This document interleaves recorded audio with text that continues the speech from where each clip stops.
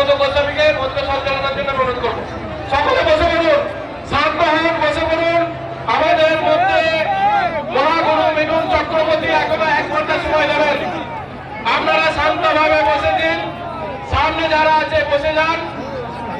মিডিয়ার লোকজন যারা রয়েছেন একটু গান হচ্ছে, পেছনে যারা রয়েছেন আমাদের কর্মী কার্যকর্তা সমর্থকদের আপনারা একটু বসে যাবেন। ধন্যবাদ। রাস্তার ধারে যারা দাঁড়িয়ে আছেন